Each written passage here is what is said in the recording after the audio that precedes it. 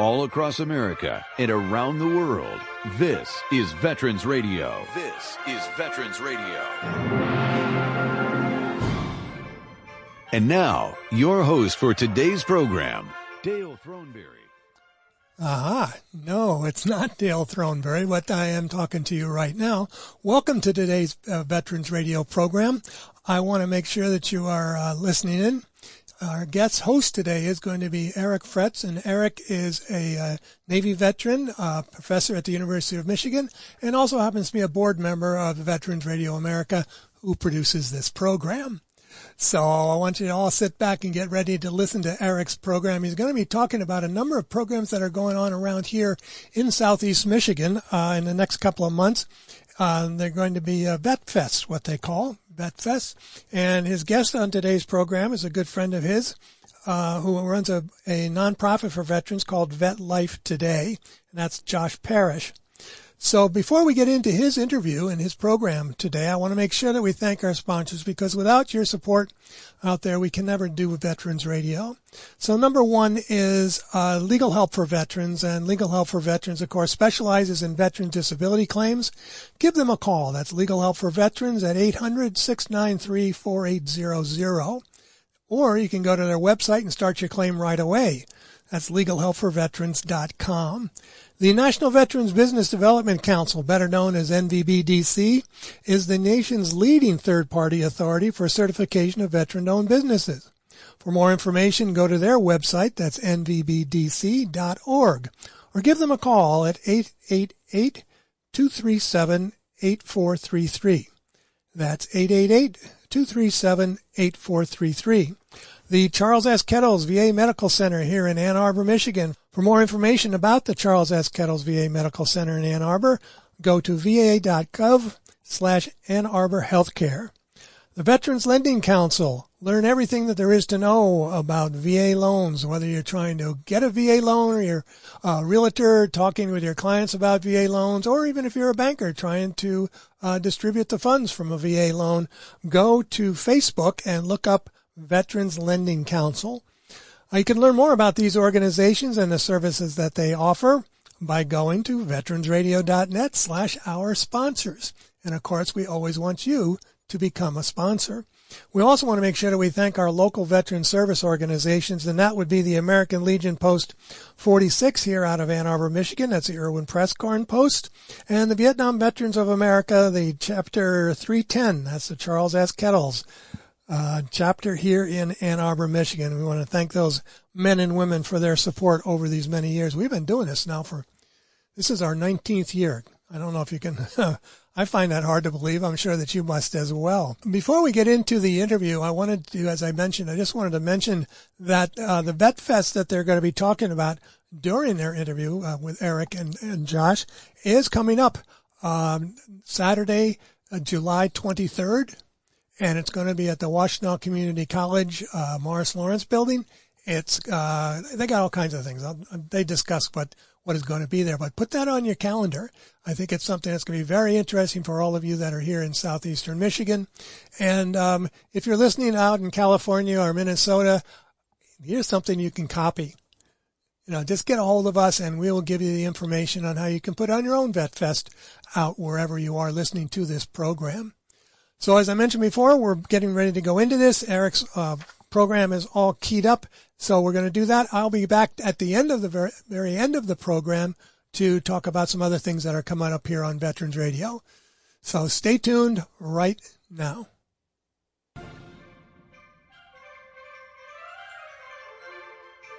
All across America and around the world, this is Veterans Radio. This is Veterans Radio.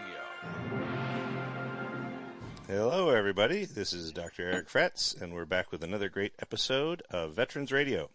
Today, I have the pleasure of interviewing a good friend of mine, a longtime colleague, Josh Parish. We're going to talk about a number of interesting things, including the start of an interesting Michigan state-level initiative called the VCATS, or Veteran Community Action Team, and an interesting event that when we were working together, we started something called a Vet Fest, and why that was a thing that we did. And then we'll talk a little bit more about some interesting stuff that Josh has been doing in the last couple of years in the nonprofit space. And then we'll talk a little bit more about some really great Vet Fests that are coming up, 3 of them, here in the Southeast Michigan area. So, Josh, welcome. Again, a great Army veteran friend of mine for a lot of years, and I'd like to just sort of hand the mic over to you for a moment so you can talk a little bit about your background and how you came to be where you're at, and then we'll segue into a little bit of some of our early work years ago. So please tell our audience a little bit about yourself. So, yeah, Eric and I, we've known each other for, I would say, probably about 7 or 8 years now. I have a lot of respect for you and what you do. I met you when I had first started working for Livingston County Veteran Services, which is a county Department of Veterans Affairs office. There's 83 counties in Michigan, so essentially there's supposed to be 83 county Department of Veterans Affairs offices. It's supposed to be. And so it's supposed to be, yeah. And I'll touch on that a little bit later because I think a lot of my success, our success is working like interagency across the board. But to get into my story, I used to think it was a very uncommon story, but I've been doing what I'll call veteran service provision work. Just loosely, I'll call it that because it's kind of a jack of all trades, wear many hats type thing. And so when I left the military in 2008, I had a really hard time processing some of the things that I saw overseas. I served in the initial invasion of Iraq in 2003, and there weren't a lot of rules of engagements back then. And really our mission was just to take over Baghdad and kill Saddam. And after that, they started, I guess, getting more of a appointed mission status. But before that, I really felt like I was Rambo for, almost a year. And we just kind of slept on the side of the road on, rivers. And it was just really cool experience. Eating MREs and blowing stuff up. Exactly. And I, when you're 21, 22 years old, you really feel like you're invisible. And so I compartmentalized a lot of the things that I saw. And it wasn't until I got home and really started struggling with flashbacks and nightmares and not being able to sleep and just being very easily irritable. And I really started to realize that there's some things that I really need to work on. So I reached out to my unit commander and I asked him, what do I do? Where do I go? And of course, the military is really good at teaching you how to kill people, but they're not good at teaching you how to talk about your feelings and process things. Yeah, you get a 1-week class when you leave, and that's about it. And there's no psychology in there. Yeah. So no. And so for a while, you kind of have a target on your back. They're like, oh, this guy's weak. He can't process stuff. And so after I left the military in 2008, I struggled with alcohol. And, like I mentioned earlier, I thought I was in the minority, but the more I've been doing this for this many years, I realized that this is commonality. This is a lot of veterans face this when they leave the military. And so this really lack of awareness, the lack of awareness of resources, right? The lack of awareness of resource. Well, it's not even the lack of there's lack of awareness of resources. It's not that the resources aren't there. Right. So I really started to realize that this is a systemic issue. This isn't a Region 9, a Region 10, a Region 1 issue. This is a country issue. Nationwide, yep. And this is a nationwide issue. So it really wasn't until I started working for the county office that I met you and I realized that the resources are there. We just, as a whole, not just the government, but the veteran community, we do need to do a better job of trying to help educate veterans on their benefits and where to go. And VetLife, when we started VetLife, I'll get into that in a little bit, but we positioned ourselves as a one-stop shop. You should not have to go to 10 different agencies and get confused. Because one thing I do know, on average, I believe there was a Princeton study done. It was either Princeton or Harvard, where they asked, I think it was like 2,500 prior military, how many times will you ask for assistance before, you just give up and kind of fall through the cracks and blend back into society as a civilian? And what they found was a veteran will ask on average 3 times for assistance. If they can't get that assistance, they just stop looking for those benefits. And so that's our goal and I know it's Eric's goal as well, to make sure that these men and women, these heroes, are taken care of after they leave the military. So, Yep. So, you and I met, and I was working for the county, and then I went to work for the state, and I had an opportunity to work with you again with the VCAT. So I took a job in 2016 with the Michigan Veterans Affairs Agency as a regional coordinator.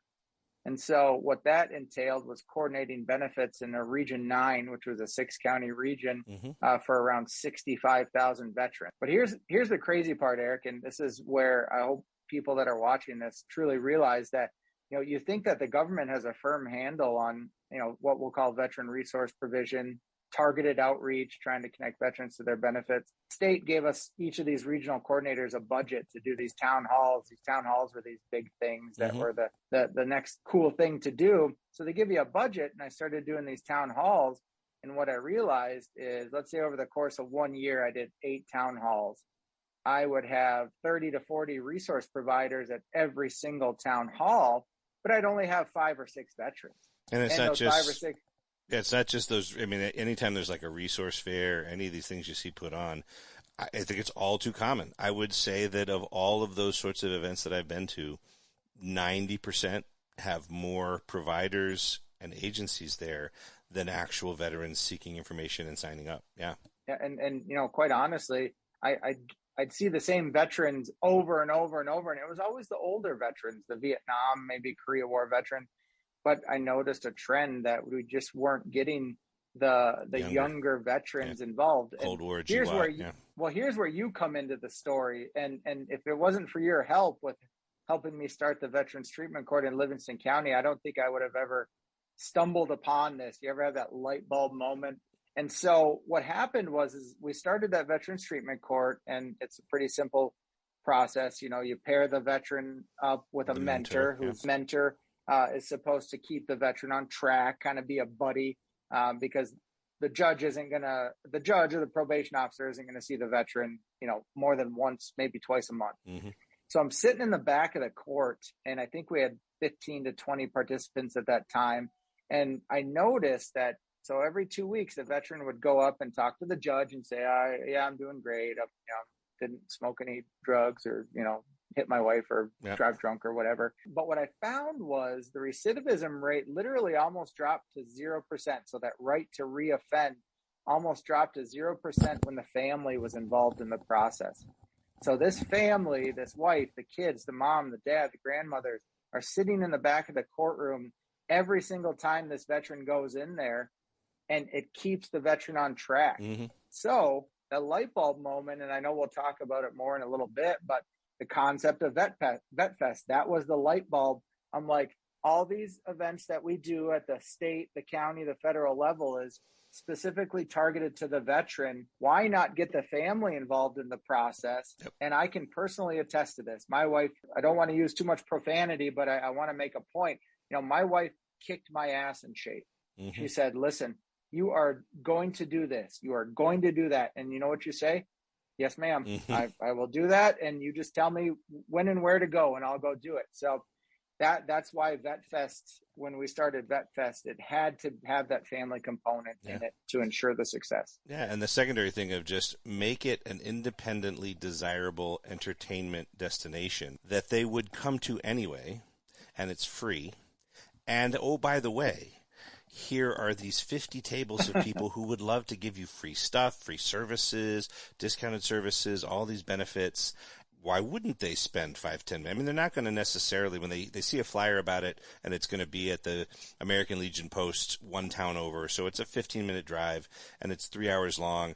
But they're like, am I going to go, and I want to drive, and I'm watching this show or whatever.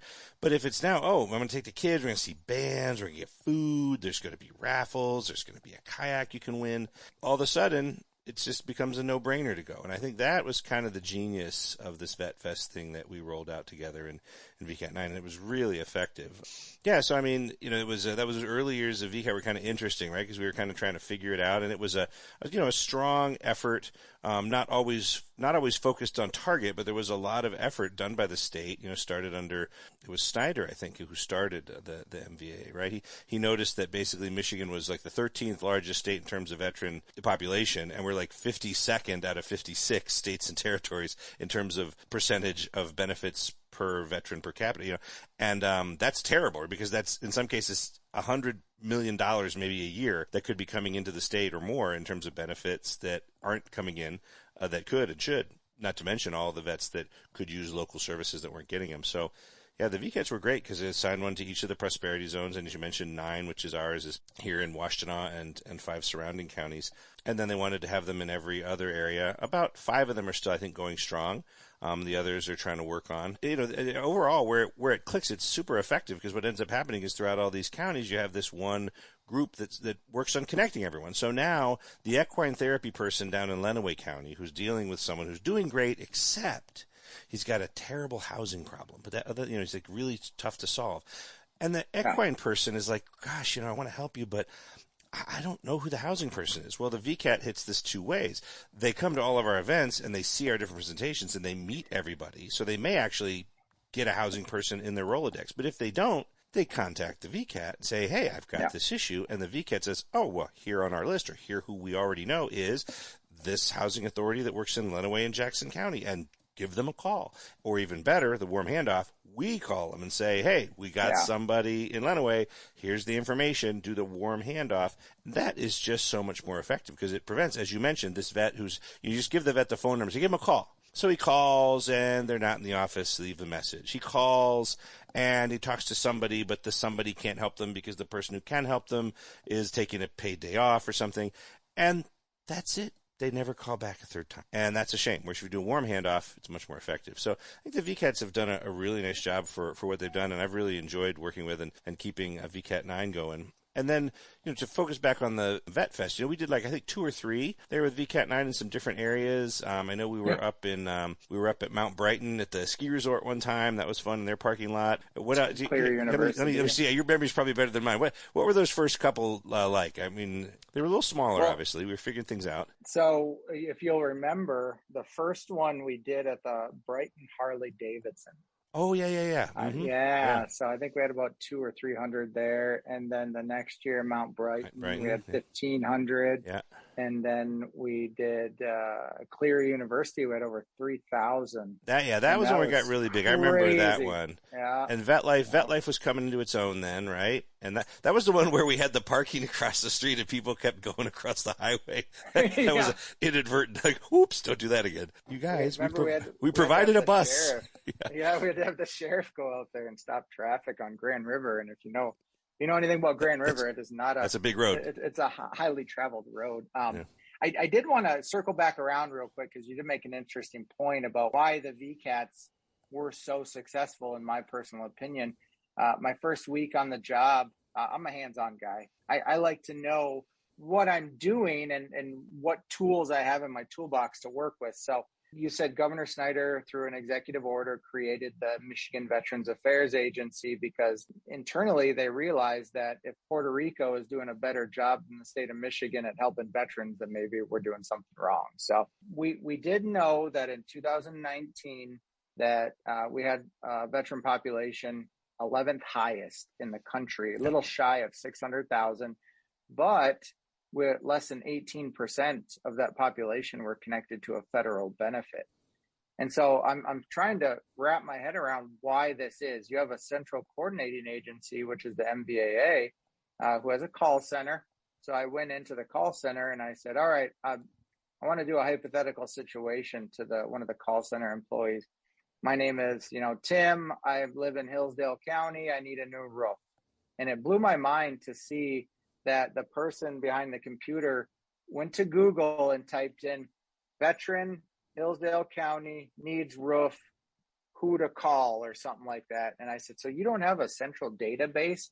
Why are you not using these regional coordinators, to really feel out who the vetted resources are out in that area? And they didn't have an answer for me, which is, again, why it was such a blessing to work with somebody like you, because you and I are so like-minded that, you've mentioned it 2 or 3 times in this 10-minute conversation, how important it is to have these vetted resources, how detrimental to the veteran it is to have duplication of efforts. And a warm handoff really is the only way, in my personal opinion, to make sure that these vets are getting taken care of. Yep, totally agree. Yep. So these early vet fests sort of slowly grew. We started kind of small. We got up to where you're getting a couple thousand. I know the basic premise, right, of get some bands, get some food, get some entertainers, get some bounce houses, get some military trucks, get some fire and EMS. You also really seem to love to have guys jumping out of the sky. So I know you do have a lot of skydivers do that. Publicize it really well, and then you really do a good job canvassing the local businesses and groups to see if they can get some raffle items. So I know the last one that you did up in Livingston, and I mean there was 3 rounds of raffles that had to be $10,000 worth of stuff, plus a lease on a car or a truck, right? So really, really nice work. And so it's just such a great thing. I mean, imagine as a veteran, you how could you not go to these events? And so this idea of keep building the event until it becomes something that is almost not resistible, and then that is the thing that all those providers want, because they're so used to going places and seeing 5 people. And now you're guaranteeing that if you come here for these 4 hours, you will have 500 to 2,000 veterans, walking by your table, right? You will walk away with page after page after page of new clients, referrals, everything. It is just such a great idea, and really sort of a veteran helping idea whose sort of time has come, right? So we started really small, right? A couple hundred people at the Harley Davidson. Just from off the top of your head, because I know you're good with this, because you're an excellent PR guy. Give me the highlights of the recap of last year, 2021. I know it was in a huge a fairgrounds, right? It was up in Livingston, and this was really nicely done. I mean, a huge parking area, very well organized. Had a bunch of food trucks, a huge covered area for all the providers, and we had a mini golf. It was really impressive. So what were kind of the final numbers and the big highlights from that? So we had over 2,500 pass through the gates. We had 68 resource providers. But again, that goes back to the duplication of efforts for resource providers. We want to make sure that, so VetLife operates off of 4 core pillars. These are the 4 main issues that veterans face when they leave military service: education, employment, healthcare, quality of life. If you fall within one of those hats or those buckets, we invite you to be a resource provider at the event. We just make sure that, we don't want people selling anything, because I think about it this way. Something you said in the early stages really stuck with me, and it's so simple. I mean, you said, if you feed them, they will come. And I'll never forget that. It's really trial and error, but we really feel like we found our home with these fairgrounds. These fairgrounds are just built in large spaces. So I mean, if you close your eyes, the way that it looks like, we want to make the veteran and their family feel like complete rock stars for an entire day. So they come through the line, the veteran gets their stamp and the golden ticket that makes them eligible for the prizes. So we give away 5 prizes every hour, about 20 prizes, ranging from, at the minimum, a $300 prize. But last year we gave away a $3,000 brand new mattress. We gave away AR-15s, black powder rifles, kayaks, TVs. I mean, you name it. I mean, grills. Home Depot donated a grill. So when you come through with you and your family, we want to encourage this as a free day out. What would you need to have to really draw you into an event with you and your family? Mm-hmm. And so what that looks like is bounce houses, live bands, beer tents, 4 to 5 food trucks.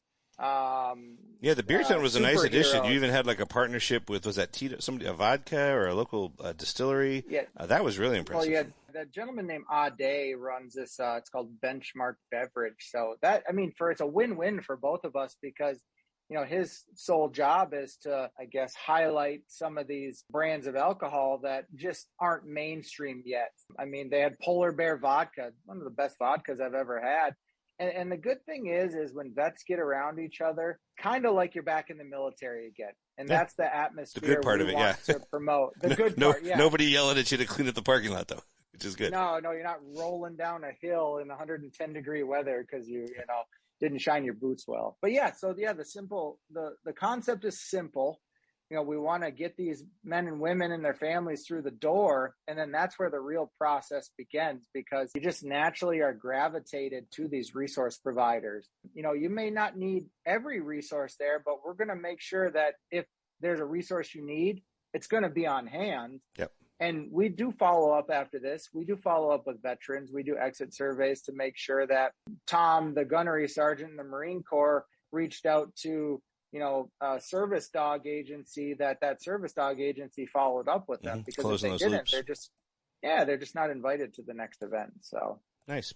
Yeah. So, okay, well, this is all very helpful, and it's been a nice review. So we've talked a little bit about your background, the early days of the VCAT and early days of VetFest, and sort of a little bit of a review of last year's VetFest. So in our next segment, we're going to talk specifically about what's going to be at the VetFests coming up. So do stay with us, and we'll be back shortly with more details on this year's VetFests. The Medal of Honor is the highest award for valor in combat given a member of the Armed Forces of the United States. There have been over 3,400 recipients of the nation's highest award. This is one of them.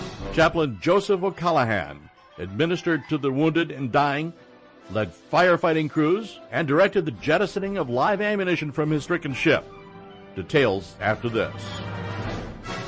If you have a VA claim denied by the Board of Veterans' Appeals, contact Legal Help for Veterans at 1-800-693-4800.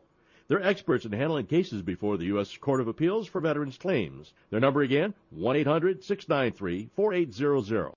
Why do I serve in the U.S. Navy? For freedom. Freedom of religion. What America stands for. Why do I serve in the U.S. Navy? For honor. Everybody.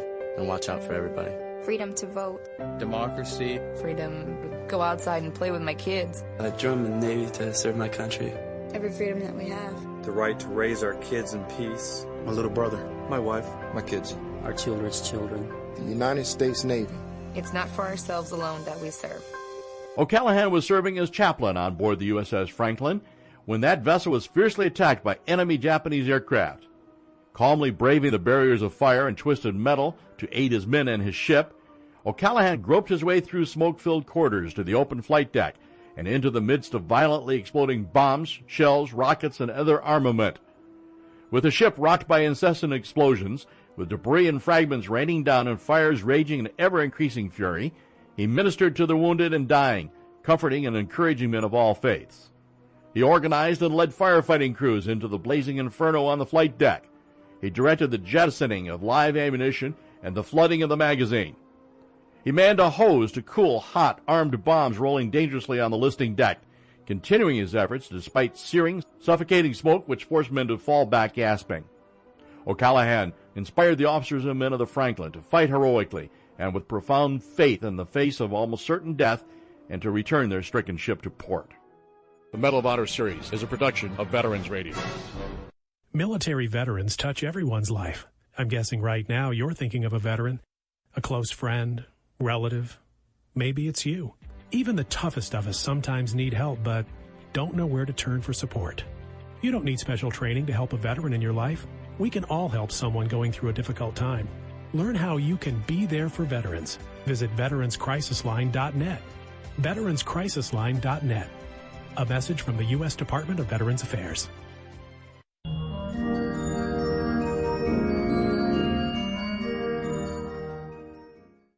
Welcome back, everybody. It's Dr. Fretz again with the second half of our discussion with Josh Parish. In our first segment, we talked about the early days of VCAT and an idea called VetFest that we've kicked off. In this segment, we're going to talk in a little greater detail about all the great stuff going on at the three VetFests going on in Southeast Michigan. They're supervised by myself or Josh. And then we'll talk a little bit at the end about some interesting initiatives that Josh is working on with his nonprofit called VetLife. So, Josh, welcome back. And, we've got, I'll let you go first because as this VetFest idea has sort of taken off. I know you've kind of developed and pushed the idea really far, and then VCAT has decided to do one here in Washtenaw and try and kind of add to the success. So I'll let you go first, then we'll talk a little bit about the Washtenaw one. So tell us what's going on in the not one but two VetFests that you're doing this year, and then give the folks who might be interested a good way to sort of get some additional information online. Sure. So, yeah, we'll do two VetFests this year. We'll actually do three next year. We're finalizing the one in Detroit, potentially at Ford Field.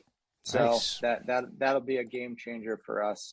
But so here's why I think VetLife and VetFest has had such great success in the space that, is occupied by probably 1,000 different nonprofits that say they help veterans. I try to be very strategic in my approach to, I look at what's my final outcome, my predicted outcome that I want.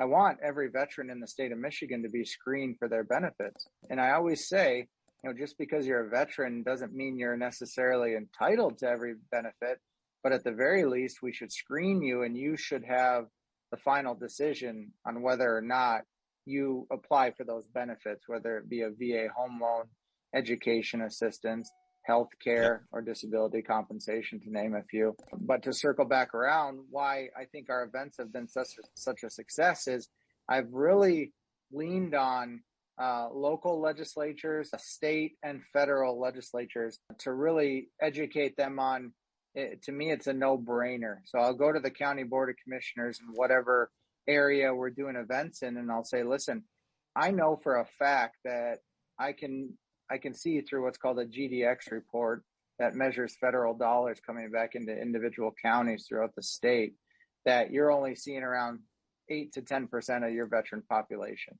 So we'll take Livingston County, for example.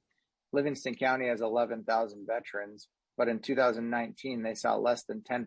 They only saw around 900 veterans that year.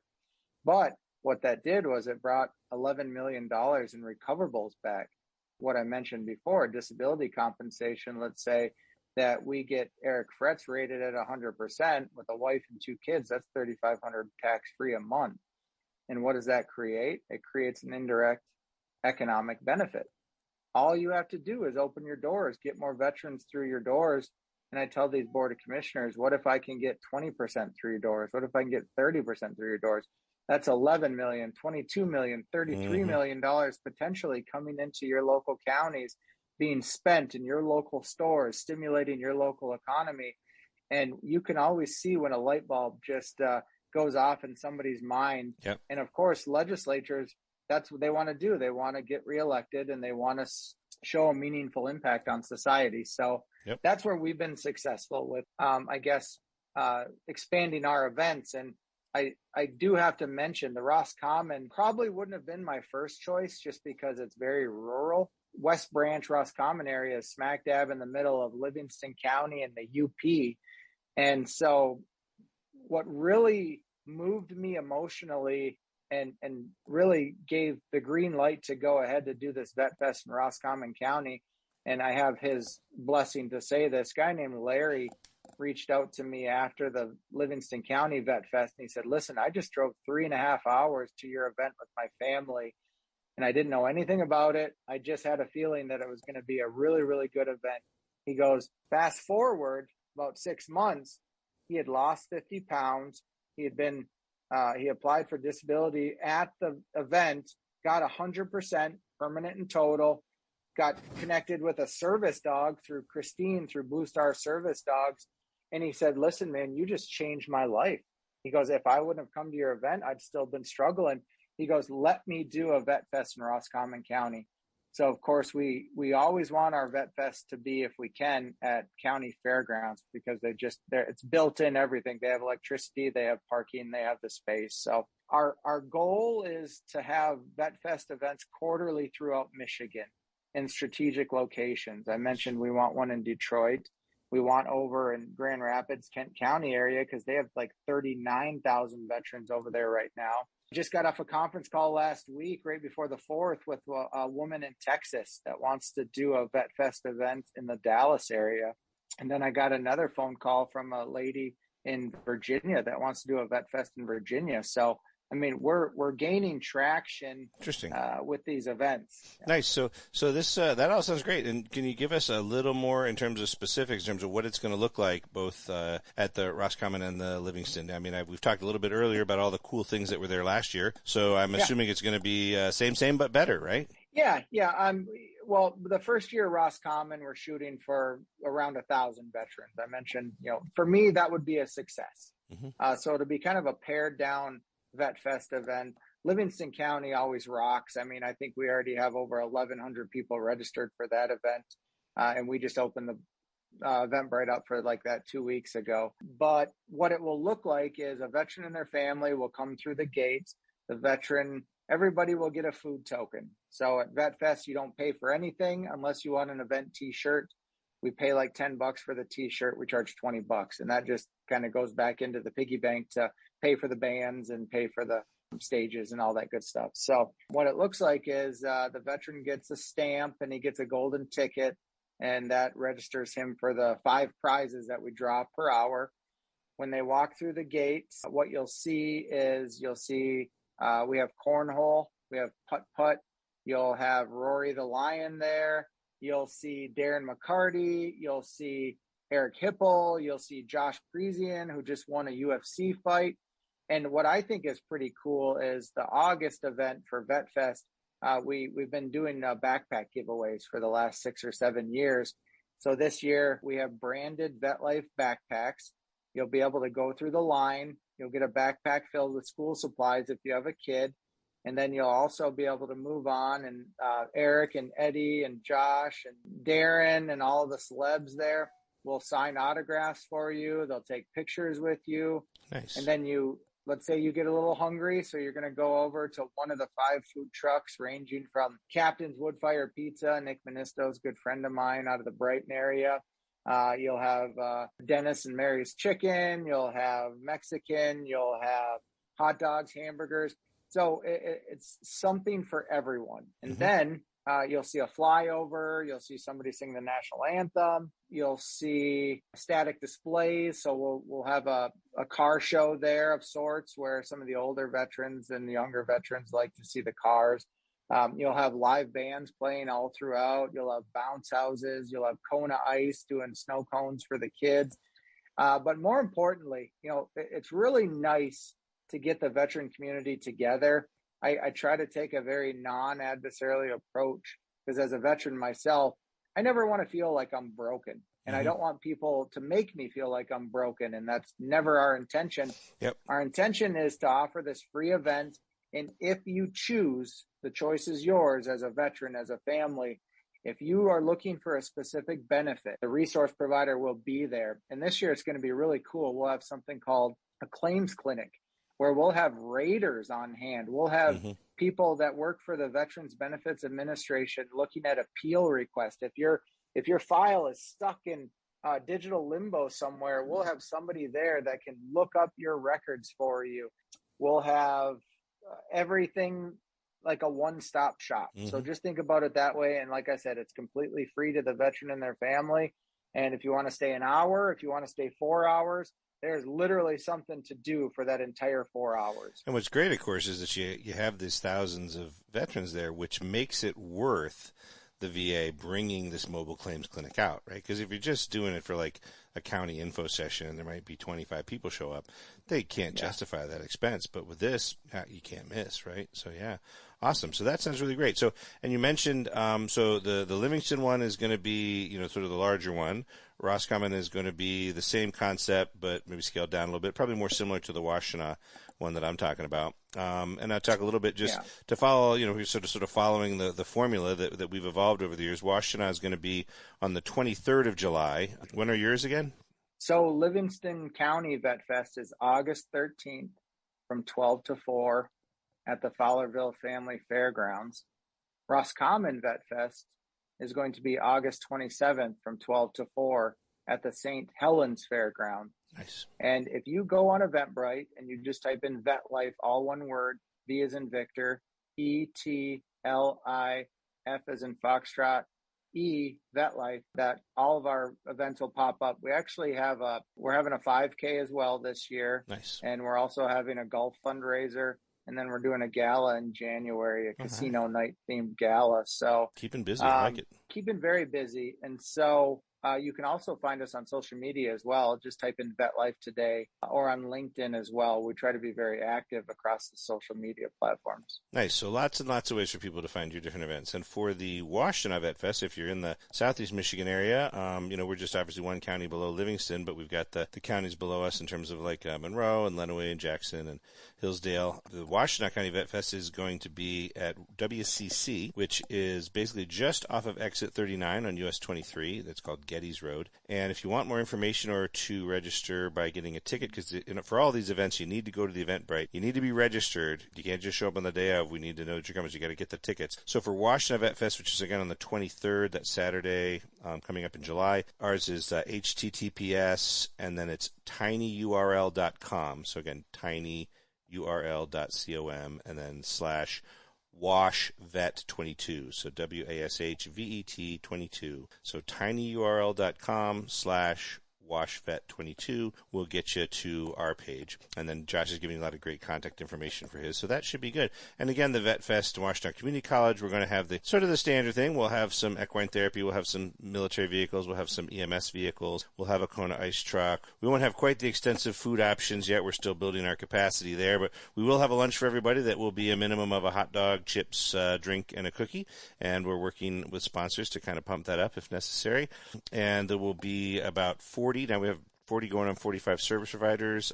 Washington Community College is our host and co-sponsor, and their Wadhams Veterans Center is doing a fantastic job with support, and they've poured a ton of resources in. So even though this is the first year for Washington Vet Fest, we're going to have a really nice site there, right centered in their turnaround area. So it's really nice, open, beautiful, grassy. We'll have some bands. There'll be a big shade tent. And it's going to be a really great day. Also, there will be a raffle. I have a whole bunch of items. One of the most interesting will be a raffling off a ride in a B-17. So there's an actual B-17 from World War II that flies out of the Yankee Air Museum in Ypsilanti, and you will be eligible to win a ride in that for you or someone that you like. So some cool stuff with raffles. I'm trying to, Josh has volume. He has so much cool stuff in his raffles. I tried to get something really unique because we're at a smaller level, but so there'll be at all of these Vet Fests, it's just going to be the same awesome recipe of a whole bunch of really cool and caring volunteers trying to put together a great event that then brings in the providers and brings the veterans in contact. So I really hope that all of you are listening. We'll go ahead and look up on Eventbrite these different events.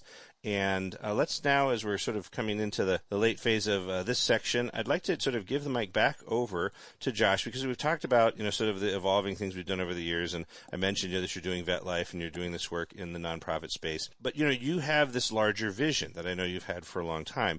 And, kind of addressing, you and I sort of share these concerns of providing that direct support that veterans need. And then you're doing some really nice work on the systemic side, right? Working with legislators and working to get certain things done. So maybe you could talk a little bit about these sort of 4 different sort of initiatives. You have 4 items on your to-do list. And I know that you've been sort of chipping away at those.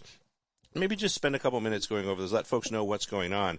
And then, perhaps they want to help Vet Life out, but if nothing else, they should be informed about these great initiatives that are happening here that hopefully could be replicated elsewhere. I have my short-term and my long-term growth strategies for Vet Life. Name and brand awareness is getting Vet Life's name out there through the masses of veterans throughout Michigan, which is why we do these Vet Fest events, is to plug veterans that have already fallen through the cracks into their benefits. I guess thought about it on a more, macro level, I guess, per se, is I've created what's called this 4-point plan. So I have 2 out of the 4 points taken care of. So we call the 2 that I have accomplished, mission accomplished, and the 2 that I'm working on, missions in progress. Great. So I want you to think about it this way real quick. Governor Snyder created the Michigan Veterans Affairs Agency through an executive order because he realized that we weren't doing a good job of taking care of our veterans. Before Governor Snyder created the Michigan Veterans Affairs Agency, there was either 11 or 13 of the 83 counties didn't have a county Department of Veterans Affairs. So what does that mean? That means that a veteran in Luce County up in the UP would have to potentially travel to Iron Mountain to get the care through the VA that they needed. There was absolutely no reason why the county shouldn't have their own county Department of Veterans Affairs offices. And so I did a loose study. I went to the 13 counties and I said, all right, why can't you get a CDVA? And it always boiled down to, we don't have the money. So I went to Jason Wentworth, who used to work for the MVAA as well. And now he's the Speaker of the House for the state of Michigan. And I said, Jason, we need to get these other 11 to 13 counties some money. So we worked together to create what's called the County Veteran Service Fund. So what that does is it's a $4 million annual appropriation built into the annual budget to provide direct monies to these counties. And I'm happy to say, I believe we created that in 13 or 14. I can't exactly remember when, but now all 83 counties have a county Department of Veterans Affairs office. Nice. Mission accomplished on that one. Second one is more recent. I helped I drafted the budgetary language to digitize all of the National Guard records in the state of Michigan. It's a $2.5 million appropriation. Here's why that's so important, and this will blow your mind. When I worked for the state, I got a phone call from this veteran. He's what we call a hybrid veteran. So the veteran did half active duty service and half National Guard. Mm-hmm. And because he was deployed to Iraq or Afghanistan, all of his federal records come back to the state of Michigan and get commingled in with his National Guard records. Well, come to find out that 90% of the National Guard records on file are still in paper form. Some are in microfiche, and if you know what microfiche is, it's like that. Even harder to find, yeah. Yeah, exactly. So worked with Jason to get that $2.5 million appropriation to digitize these records. So I've been doing this in successive steps. My third prong, or my third point to this, it's still a mission in progress, but I created, think about like a patient portal. I call it My Veteran Records, MI Veteran Records. So essentially what it does is, after we digitize all your records, we upload them into a patient portal, and we give that veteran access to all of their records, whether they need a certificate of eligibility for a VA home loan, their discharge papers, their medical records, anything you can need. Let's say hypothetically that you have a veteran that was other than honorably discharged. The portal prompts you to ask the veteran, would you like to apply for a discharge upgrade? So essentially it's a one-stop shop, mm-hmm. and we can show direct success through what's called the GDX report, the Geographical Distribution of Expenditures, that measures those federal dollars. Mm-hmm. So we know if more veterans are accessing their benefits, that's more money coming down to the local community. So I'm finalizing that third step. And so here's another where it kind of comes full circle. The third step really focuses on the veterans that have already fallen through the cracks, meaning the veterans that have already blended back into society. But we also know that annually 200,000 men and women leave the military and go back to the civilian world. Mm-hmm. And around 6 to 8% of that population comes back to Michigan. So as part of My Veteran Records, what will happen as well is we're partnering with this retired brigadier general that created this ETS sponsorship program, where the Department of Defense gives him access to all the newly returning veterans. He plugs them into like a regional coordinator or a VCAT of sorts. Yeah, that's what you need. Yep. And so we're going to make sure that these men and women don't fall through the cracks, and they're going to have access to their military records on their smartphone, and they can move to California, Puerto Rico, anywhere they want, and they're going to be able to take their military records with them. Where in the past, I've literally seen veterans come into my office carrying a briefcase full of their records from the 70s. Never again. I'm going to make sure that all these men and women are getting taken care of the right way this time. Cool. And is that all four? There were so many things I kind of lost track. Is that three? That was four, right? Yeah, all right. No, that was the fourth. So the first was the creation of the County Veteran Service Fund. Second was digitize the military records. Check those off. Yep. Third was the platform that we created, the patient portal type thing. And number 4 was the ETS sponsorship.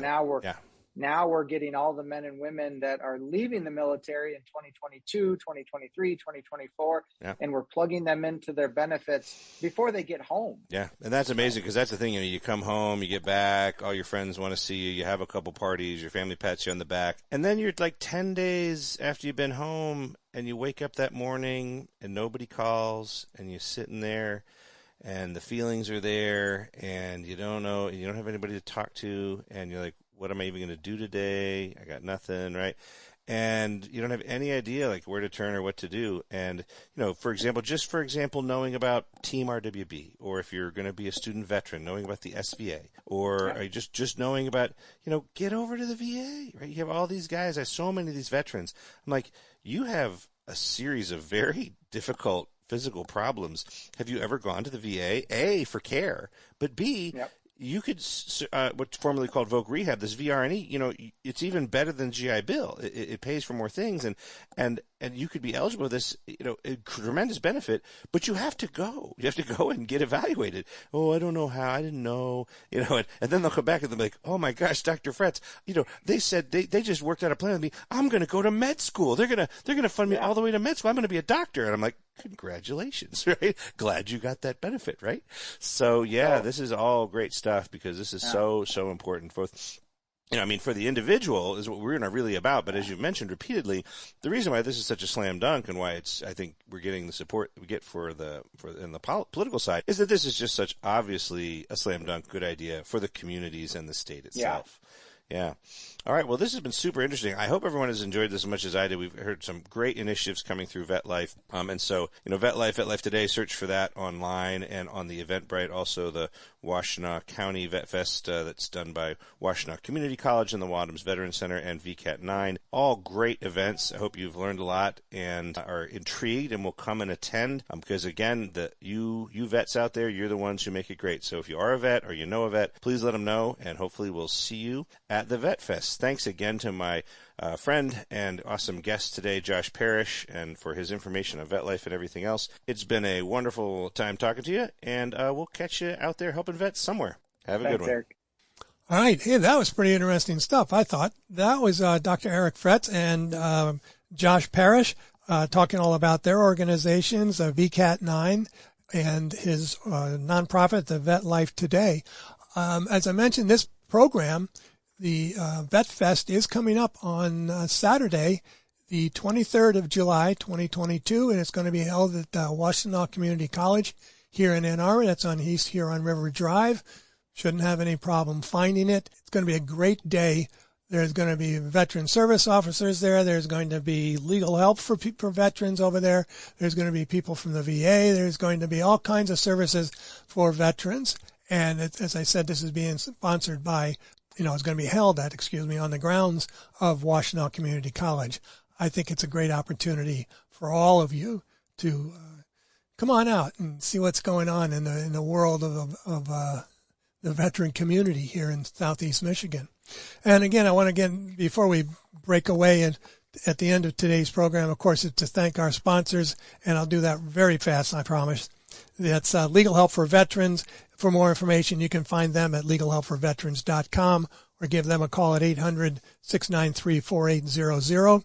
National Veterans Business Development Council, better known as NVBDC, the nation's leading third-party authority for certification of a veteran-owned business.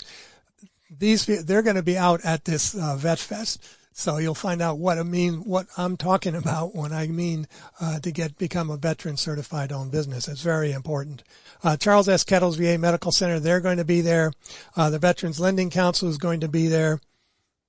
Come on out. I think you're going to have a great time, and we appreciate you listening to today's program. We will be back next week. Jim Falzone will be the host, and then we come up with our benefits program and answering all the questions that we can for you. We're going to go out today on today's program with a piece of music that we've been playing, as I say, for 19 years. Many of you are familiar with our Medal of Honor segments. Well, we've had a few requests on what in the world, where'd you find that music? Well, that music comes from the album called Uncommon Valor. And it is, the title of the song is Commando March, and it's performed by the United States Marine Corps Band. I appreciate all of you listening today. Thank you so very much for supporting our program. And until next week, you are dismissed.